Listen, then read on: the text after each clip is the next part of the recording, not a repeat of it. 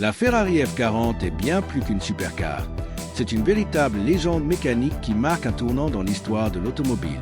Quand on la voit pour la première fois, on pourrait croire qu'il s'agit simplement d'une Ferrari radicale, au design agressif et à la vitesse fulgurante. Mais derrière cette apparence se cache une vérité bien plus complexe et parfois dérangeante. Cette voiture est née d'une rivalité, d'un désir d'humilier la concurrence et d'un homme, Enzo Ferrari, qui voulait laisser derrière lui un héritage indestructible. Pour comprendre ce que représente vraiment la F40, il faut remonter au contexte des années 80, une période où le monde automobile changeait radicalement. La technologie commençait à s'imposer partout, l'électronique transformait la conduite et les supercars devenaient de plus en plus sophistiqués. Pourtant, Enzo Ferrari, alors âgé de plus de 80 ans, refusait d'accepter cette évolution. Pour lui, une voiture devait rester brute, sans artifice, un outil de course plus qu'un objet de luxe. La F40, présentée en 1987, incarne cette philosophie extrême. Une machine radicale, conçue sans compromis, presque dangereuse, mais inoubliable. La genèse de la F40 est liée à un événement marquant, la fin brutale du groupe B en rallye. Ferrari avait développé la 288 GTO Evolution pour cette catégorie, une bête de course aux performances hallucinantes. Mais lorsque la FIA interdit cette discipline à cause de la dangerosité des voitures, tout le projet est abandonné.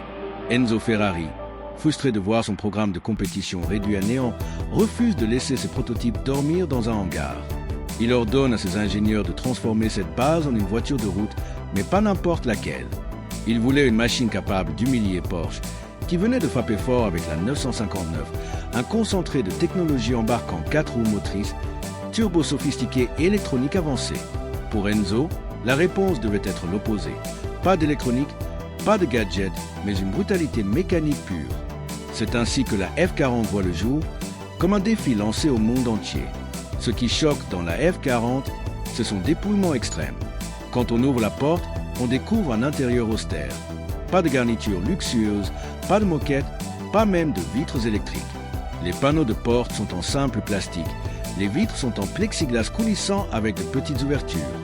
Le tableau de bord est réduit au strict minimum et la finition est parfois approximative, presque artisanale.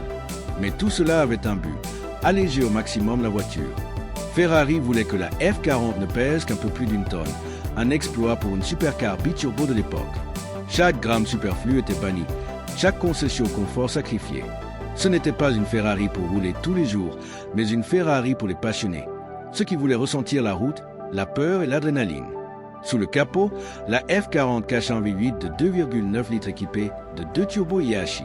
Officiellement, il développe 478 chevaux, mais beaucoup d'essais de l'époque révèlent qu'il était en réalité plus proche des 500 chevaux.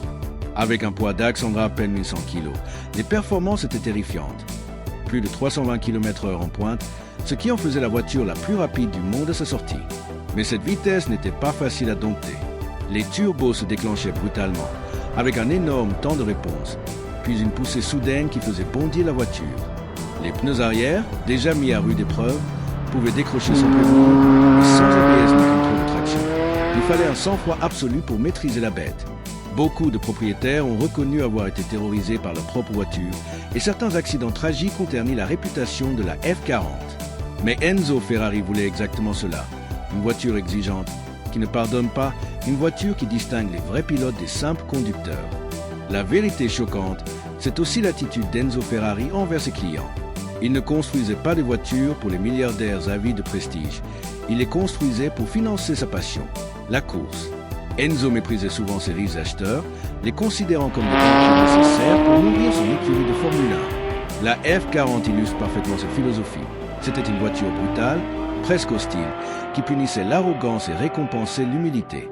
Celui qui voulait simplement frimer au volant pouvait vite se retrouver dans un fossé, tandis que le passionné patient et respectueux pouvait vivre une expérience de conduite unique au monde. La F40 n'était pas seulement un monstre mécanique, elle était aussi une arme dans une guerre de prestige entre Ferrari et Porsche. La 959 de Porsche avait impressionné tout le monde avec ses technologies avancées. 4 roues motrices, gestion électronique des turbos, confort de gamme. C'était une vitrine de ce que l'ingénierie allemande pouvait produire. Ferrari, de son côté, refuse cette approche. Là où Porsche multipliait les innovations, Ferrari choisissait la simplicité extrême, la légèreté et l'absence de compromis. La F40 n'était pas seulement une réponse, c'était un manifeste. Ferrari voulait prouver que la passion et la brutalité mécanique pouvaient encore battre l'électronique et la sécurité. Et, en termes d'émotion de conduite, la F40 a largement réussi. Mais cette philosophie avait un prix. Beaucoup de pilotes d'essai ont décrit la F40 comme une voiture terrifiante, imprévisible, presque sauvage. Sur route ouverte, elle était inconfortable, bruyante, étouffante et dangereuse à haute vitesse. Pourtant, c'est précisément cette radicalité qui l'a rendue mythique. Contrairement aux supercars modernes, aseptisés et bardés d'assistance, la F40 exigeait du pilote qu'il s'implique totalement. C'était une machine qui vous faisait ressentir chaque vibration, chaque secousse, chaque rugissement du moteur. Monter dans une F40, c'était accepter de prendre des risques, de se battre avec une mécanique indomptable. C'est cette brutalité qui attire encore aujourd'hui les collectionneurs, prêts à payer plusieurs millions pour en posséder une.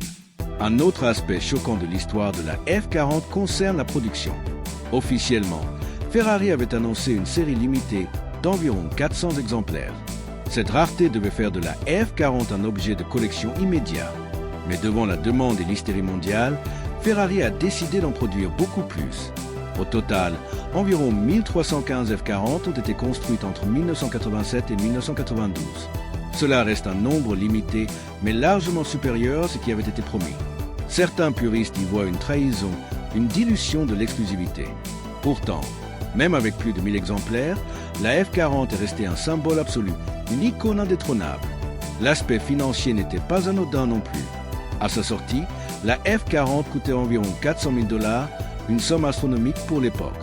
Mais rapidement, les prix sur le marché secondaire ont flambé, dépassant parfois le million.